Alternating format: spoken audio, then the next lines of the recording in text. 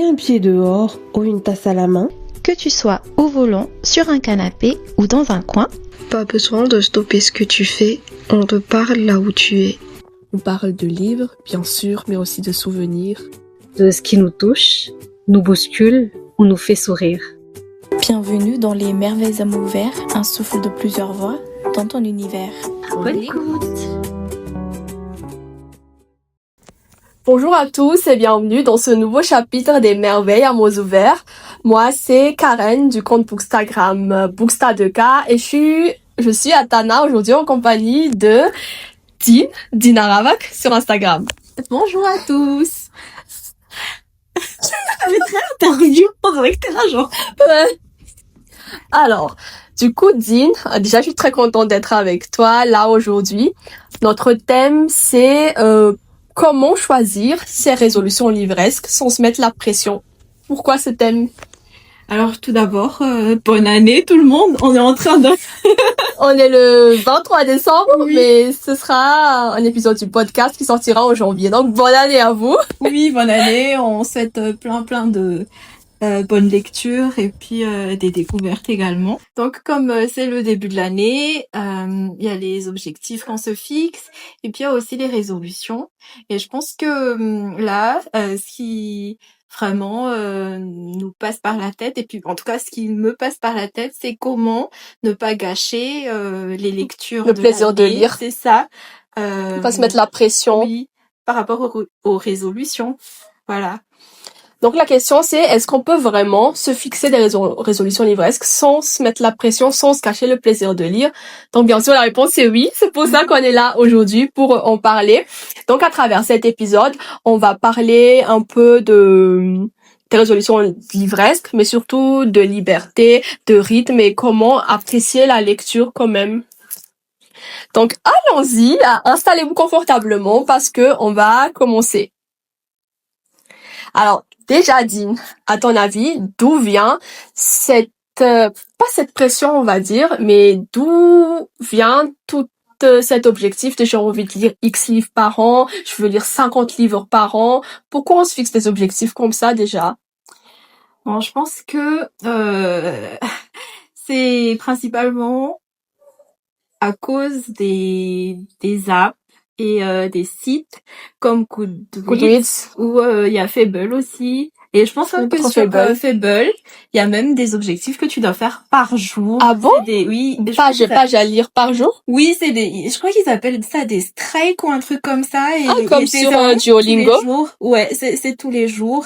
Et je pense que c'est principalement à cause de ça parce que au début de l'année sur Goodreads, pour ceux qui n'utilisent peut-être pas, c'est que bon, on met un nombre de livres qu'on aimerait bien faire enfin qu'on aimerait bien lire tout au long de l'année. Et si en plus on est un peu si on n'a pas lu par rapport on va dire une certaine moyenne, ils te font savoir. Ouais, et chaque mois ils te disent lisez 2 livres par mois pour atteindre cet objectif d'ici la fin de l'année. Donc c'est un peu pour se repérer où est-ce que moi je me situe par rapport à mon objectif. Mais à part Goodreads, parce que moi aussi j'utilise Goodreads, je pense que cet objectif-là, ça vient aussi du fait, tu vois, qu'on consomme beaucoup de contenu sur les réseaux sociaux, sur Booktube, sur BookTok, et quand tu vois des gens dire, moi j'ai lu 15 livres ce mois-ci, tu te dis, waouh, mais en fait, est-ce que je suis vraiment, où est-ce que moi j'en suis par rapport à ça? Non, c'est totalement vrai, et surtout que je pense qu'on donne une certaine définition au lecteur. Genre, c'est quoi un lecteur?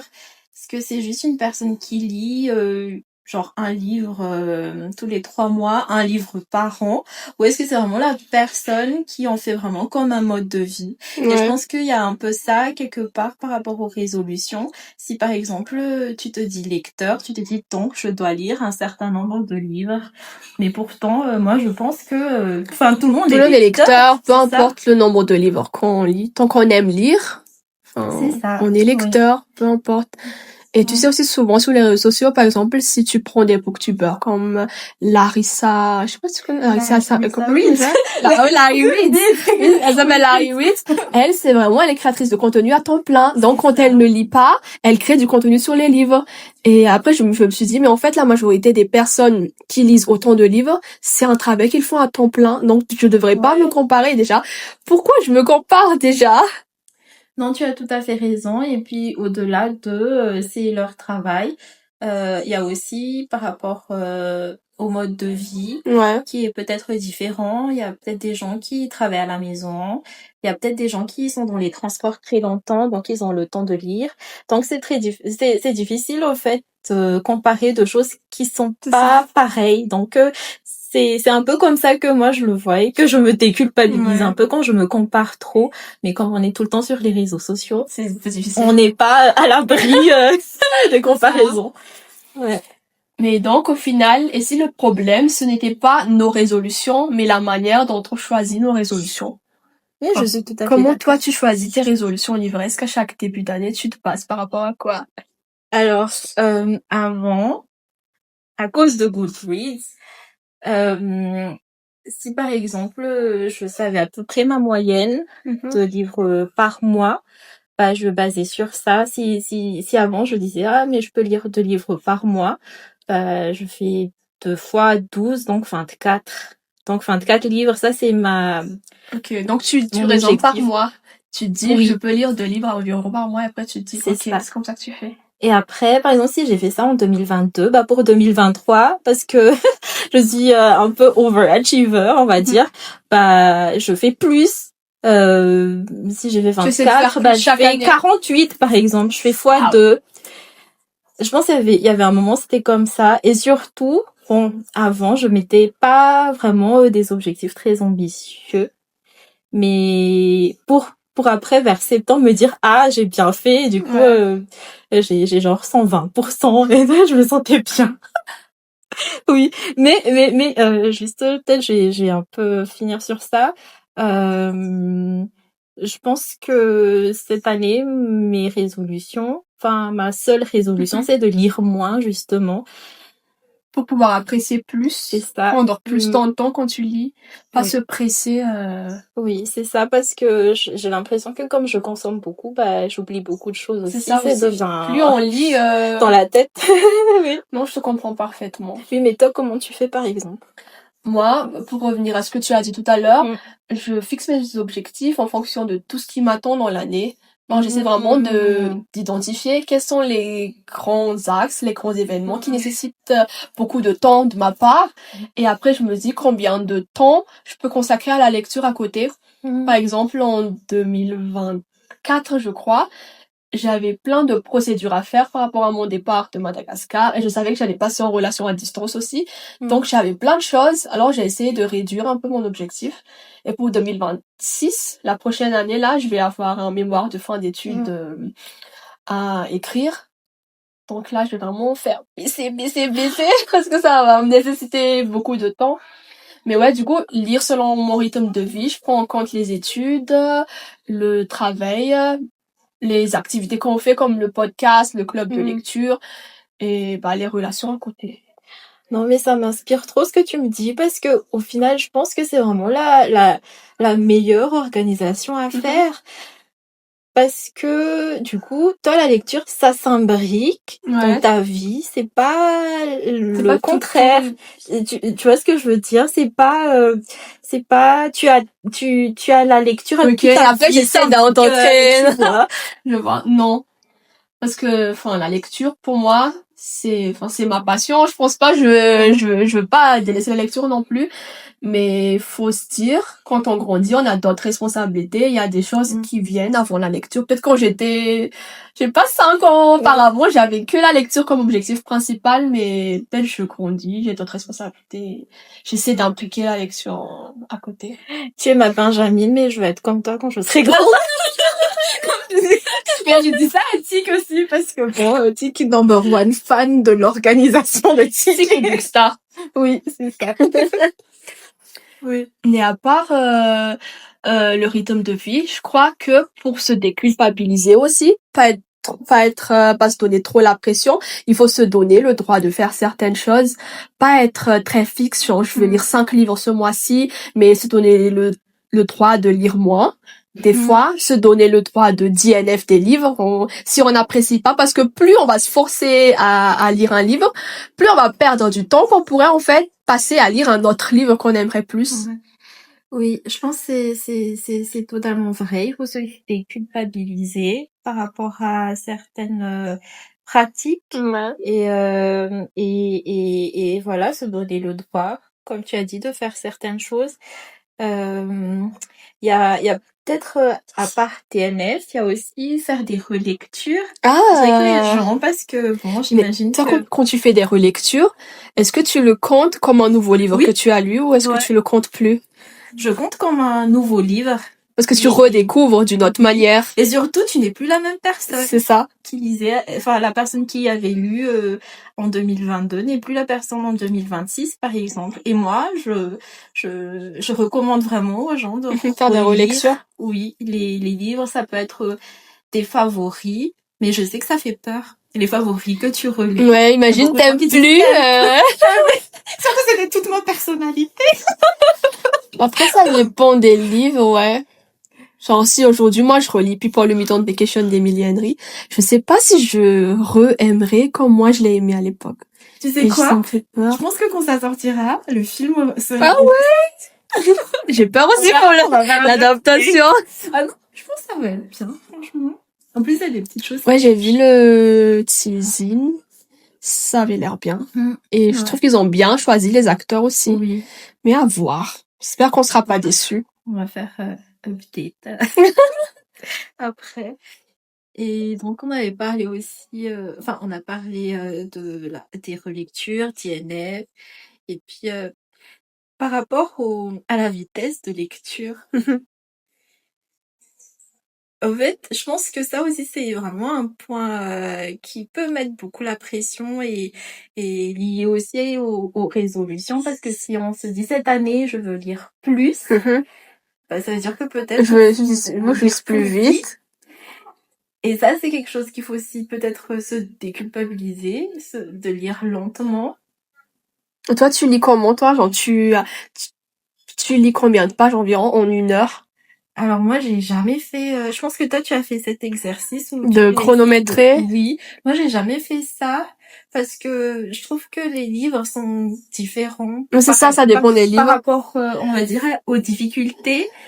Ouais, si tu lis un classique, si tu lis un feel good, tu vas pas lire à la même vitesse. C'est ça. Je lis environ 40 à 50 pages par heure, mais je trouve que moi, je lis plus vite quand je lis en anglais.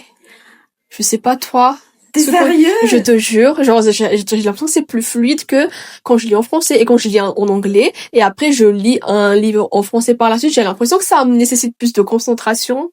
Peu importe le genre. Après, moi, en anglais, je lis surtout de la romance, c'est vrai. Et des Peut-être fictions. romance en anglais et thriller en... Français, non, thriller en français. Moi, j'ai Ok. pas encore lu de thriller en anglais, je crois. T'as pas lu La femme de ménage? J'ai lu en français. Ok. Pardon. Je plaisante. Bon. Ok.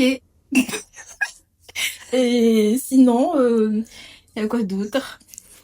Ah, bah, je crois, en fait, que pourquoi moi, je culpabilise pas trop, c'est que moi, je suis une mood reader, tu vois. Et moi, je lis vraiment ce qui me fait plaisir sur le moment. Je suis pas dans l'objectif, je veux lire, je sais pas, de thriller ce mois-ci ou quelque chose comme ça. Avant, je faisais le Black November, le challenge de lire beaucoup de thrillers dans un mois, là, en novembre. Mais après un thriller, j'ai envie de lire quelque chose de feel good, tu vois, quelque chose de, je sais pas, quelque chose de frais. Et c'est pour ça les challenges comme ça, moi, je fais plus maintenant, mais je lis vraiment ce qui me fait envie sur le moment. Oui. Et je me fixe pas des résolutions. Alors, ma résolution, c'est de lire ce qui me fait envie sur le moment, on va dire que c'est ça. Je sais pas, toi, si tu fais ça aussi. Je vais peut-être généraliser un peu, mais je pense que la plupart des lecteurs que je connais Dans ton entourage. sont des mood readers. J'en connais très peu qui ont vraiment des petites Résolutions, bières, fixes Très le fait. mois et qui vraiment s'y tiennent. Ouais. Et moi, je disais que j'étais une mood reader organisée. Et donc, en tant que mood reader organisée, j'ai quand même une liste de livres que je veux lire dans le mois ou même dans l'année. Et il y a un peu tous les genres que j'aime. Les romances, les fictions, etc. Et du coup, si je veux par exemple une romance, bah, je n'ai pas le droit de sortir de ce qu'il y a déjà dans la liste. Ok, donc c'est mood reader, mais on va dire plus flexible. on va dire.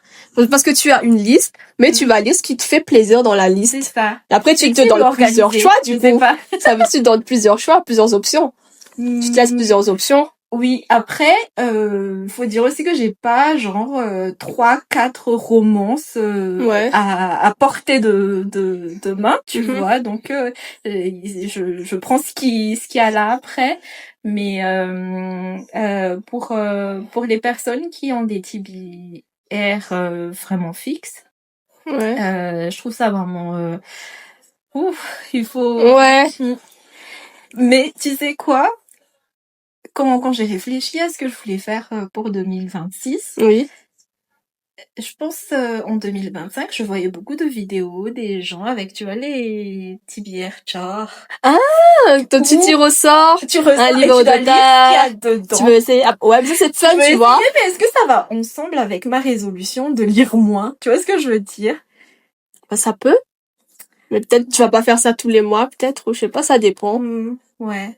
Ouais, je vais voir Mais je pense que ça, comme ça apporte un côté fun, tu vois, ça met pas la pression. Genre, allez, je vais m'amuser un peu, je vais tirer un livre. Mais ça va avec être mood reader ou pas, du coup? Non, hein. Pas vraiment. Tu dois lire. Pas vraiment. Bon. Mais je crois, tu vois, que, genre, si t'aimes pas, si ça correspond pas à ton mood, ce que tu pioches, tu peux remettre et en piocher un autre.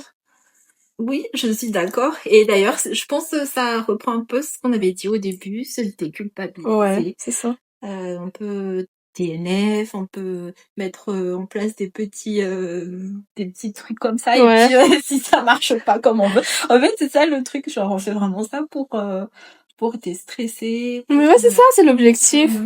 Ouais, c'est une bonne idée ça. J'aime bien. Ouais. On pourrait faire ensemble. et lire ce qui nous fait envie en ce moment et mood reader, c'est la même chose, hein. Je pense, ouais. Ok. Ouais. C'est la définition même d'être mood reader, je crois. Ok. D'accord, mais bon, j'espère que les résolutions un peu soft comme ça, tu vois, on arrivera à s'y tenir, enfin, par rapport à nos personnalités, je sais pas toi, mais moi, parfois, j'ai des résolutions, mais après, bon, je mets la pression toute seule au cours de l'année.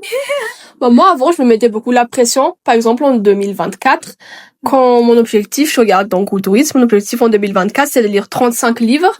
Et décembre, il me restait au moins 10 livres à lire, ou un peu moins de 10 livres. Et décembre, j'étais vraiment dans le rush parce que j'aimais pas, quand je me fixe un objectif, de pas l'atteindre. Je lisais des mangas, je lisais des livres courts. Mais cette année, c'est vraiment la première année où je m'en fous d'avoir atteint ou pas mon objectif. Pour te dire que cette année 2025, je me suis fixé comme objectif de lire 40 livres. J'en ai lu 25. Mais c'est la première fois où je m'en fous parce que je pense que j'ai beaucoup appris sur moi-même et sur ce que je veux cette année. Ne serait-ce que par rapport à la lecture. Maintenant, pour moi, le fait d'être lecteur, c'est pas juste lire des livres, mais j'accorde beaucoup d'importance à tout ce que je fais à côté. Le fait d'animer un club de lecture, le fait de visiter des librairies un peu partout dans le monde. Et je me dis en fait que maintenant, j'ai plus envie de prioriser l'expérience que les choses matérielles. Genre, s'il y a 2 ans, je voulais compléter des collections de mes auteurs préférés, je voulais avoir plein de livres, mais aujourd'hui, j'ai envie de voyager pour découvrir d'autres bibliothèques, d'autres librairies, des choses comme ça. Donc vraiment, le fait d'avoir lu ou pas assez de livres, enfin, aujourd'hui, ça m'emporte pas autant qu'avant. Non, je vois qu'il y a beaucoup de maturité. Arrête. Mais par exemple, bon, moi je vais t'avouer un truc par rapport à Goodreads, par exemple. Quand je mets mes objectifs, je sais pertinemment que je vais les dépasser. Ouais. Tu vois, c'est pour ça que je mets mes objectifs par rapport pas pour te challenger, mais pour... Oui, je sais déjà que je vais y arriver. D'accord. En tout cas, depuis 3-4 ans que je suis sur Goodreads, c'est jamais arrivé que j'atteigne pas mes objectifs. Et le fait de se donner des objectifs un peu en deçà de ce que tu peux vraiment faire, ça aide vraiment à déculpabiliser. Je pense que ça m'a aidé pendant les années avant pour vraiment me permettre un peu des fois de pas lire si j'ai pas envie, de lire lentement, de faire des choses comme ça. Donc peut-être c'était un peu triché finalement parce que je savais. Parce que franchement là je suis en train de revoir mes les Goodreads. Mhm. Par exemple, en 2021, j'ai fait... Attends. Donc c'est plus un Goodreads Reading Challenge, c'est un Goodreads comment Je est-ce sais que ça pas, comment on dit ça en malgache, Madame Boum Boum Moral. pour je sais pas, un Goodreads pour Par exemple, en 2021, j'ai fait 12 comme objectif. ouais. J'ai lu 19 livres. OK. En 2022, j'ai fait 22. Du coup, 2022, Ouais. j'ai lu 27. OK. 2023, j'ai fait 31. J'ai lu 33. Tu vois. Et du coup, 2024, j'ai mis 35. J'ai mis 45. C'est intelligent, c'est une autre méthode. Je sais pas si vous, chers auditeurs, vous allez faire comme nous, ou alors vous êtes en train de vous dire, mais elles sont complètement folles, ça sert à rien. Mais je trouve que pour vraiment apprécier la lecture, c'est une bonne option. Hein. Oui. Vraiment faire fixer un objectif que genre tu es sûr d'atteindre. Et comme ça, tu apprécies tout ce que tu lis. Mais ouais, ça peut se faire, franchement. Et peut-être aussi par rapport aux trends qu'on voit, il y a par exemple, tu as les 26 livres qu'on veut lire pour 2026, 25 livres qu'on veut lire pour 2025. Ça aussi, je trouve que bon, il y a un peu des... Comment dire? Ah, tu sais, moi, avant, je faisais le 12 Months Challenge, où chaque mois, je devais lire un livre recommandé par un ami. Et j'ai pas réussi parce qu'il y en a, par exemple, qui me recommandaient des livres qui étaient pas du tout dans mon genre. Un livre de développement personnel ou un classique. Et j'y arrivais pas, j'avais l'impression de devoir me forcer. Et même si je le faisais vraiment pour la personne, pour écouter la personne, mais à un moment, je me suis dit, bon, ce challenge-là, c'est plus fait pour moi, je le fais plus. Ça met la pression un peu quand même. Ok, et donc, pour toi, quel serait vraiment le conseil pour les lecteurs ou les créateurs de contenu, pour résumer un peu? Le conseil, c'est vraiment de garder en tête, en fait, que la lecture, c'est fait pour être appréciée. Déjà, ne jamais se comparer aux autres. Je sais que c'est difficile sur les réseaux sociaux, mais ne pas se comparer aux autres parce qu'on a des rythmes de vie différents, on fait tous des choses différentes, et ça en vaut pas la peine de se mettre la pression pour après gâcher le plaisir de lire, quoi. C'est vraiment dommage, en tout cas. Donc, ne pas se comparer aux autres. Et par rapport à ceux qui se fixent des objectifs sur Bookstagram, je dirais créer quand on se sent dans le mood, parce que c'est là aussi qu'on sort vraiment des choses créatives et pas quand on se force. J'ai besoin de rendre mon compte actif ou quoi que ce soit, mais pour mieux s'organiser, moi ce que je fais, c'est que dès que j'ai une idée, je note dans mes notes. J'ai une note sur dans mon téléphone où je note toutes mes idées. Et ma galerie photo, elle est très organisée dans le sens où je fais plein de petits albums. Par exemple, l'album, je sais pas, des photos de livres à la librairie ou je sais pas. Mais je fais vraiment des albums de tout et n'importe quoi. Et quand j'ai envie de publier quelque chose, mais que je suis pas dans le mood de créer, je vais juste dans un album et je fais des photos dump. Mais donc, c'est d'organiser sa galerie photo, organiser aussi un peu ses notes, ses idées. Comme ça, quand t'es dans le mood pour créer, tu crées juste, tu penses plus, tu passes à la création. Pareil, quand t'es dans le mood pour publier, tu publies, t'as déjà des choses préfaites ou prêtes et c'est ça. Ouais. Moi, je pense parmi les bookstagrammeurs, je suis la moins organisée, la plus mood publisher. Et parce que, mais après en 2024, j'ai fait le challenge de publier tous les jours en décembre. Ah oui, j'ai vu, tu avais fait ça. Et c'était dur. Non, c'était pas très Tu dur. avais pas la pression? Franchement, c'était juste pour me prouver que je pouvais m'organiser si je voulais Et t'as aimé? m'organiser. Et j'ai aimé. Et parce que derrière, il y avait, par exemple, des choses que des photos que je faisais avant, Ouais. le jour. Et tu vois, les édits, je les faisais avant. Okay. Et vraiment, j'avais vraiment un système d'organisation. Et je voulais juste me prouver que si je voulais, tu pourrais le faire. Ouais. Mais je suis tellement, genre... mais ça t'a pas mis la pression. Tu as pris plaisir à le faire. Fin. Le 1er décembre, j'avais déjà au moins 3 posts que je pouvais déjà... Tu t'y étais préparée. Déjà préparée. Ouais. Ok. Maintenant, on va lire vos résolutions livresques à vous, parce qu'on vous a posé la question, quelles seraient vos résolutions pour 2026? Donc, qu'est-ce qu'on a comme résolution ici? Alors, Ah là, j'ai trouvé. ouais, Je commence. vas-y. Il y a tester un autre genre. Tester un autre genre. Ouais, c'est à faire pour sortir un peu de sa zone de confort. Et la façon dont c'est formulé, c'est pas la pression, genre je veux dire 3 thrillers ou quelque chose comme ça. Oui. Il y a une résolution qui est ne pas me mettre la pression. T'es dans le thème, c'est parfait. C'est une résolution. C'est bien, franchement.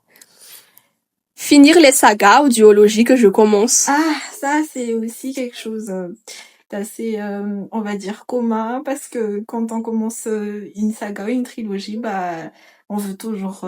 C'est ça qui me fait un peu peur, des fois, pour commencer les trilogies. Oui, de pas finir. Si je finis pas, Ouais. c'est... Noter toutes mes lectures parce qu'après, quand j'ai envie d'en faire un retour, j'oublie tout. Bah, comme je l'ai dit tout à l'heure, moi, en même temps que je lis, je prends des notes dans mes notes. Ça, c'est une alternative, je pense. Être plus active sur Bookstar. Ouais. Participer aux séances book club de Mots et Merveilles. Oui! On approuve une fois. Et surtout qu'en fait, la séance de Mots et Merveilles, c'est vraiment fait pour déstresser. Oui. Il y a vraiment zéro pression. Vous juste essayez une fois, je vous garantis que vous allez aimer, vous allez Et voir. on vous prépare beaucoup de choses, des nouvelles choses, des Oui. nouveaux thèmes. Pour la nouvelle année à venir. Oui. Pareil, une autre résolution, diversifier mes lectures. Après, il y a diversifier le genre, diversifier le format aussi. Par exemple, lire un peu en audio, lire en électronique. Bon, moi, le livre audio, j'ai pas encore vraiment testé. Peut-être que je vais essayer. Oui, il Peut-être. faut tester, c'est comme les nouveaux genres. Ouais. Oui.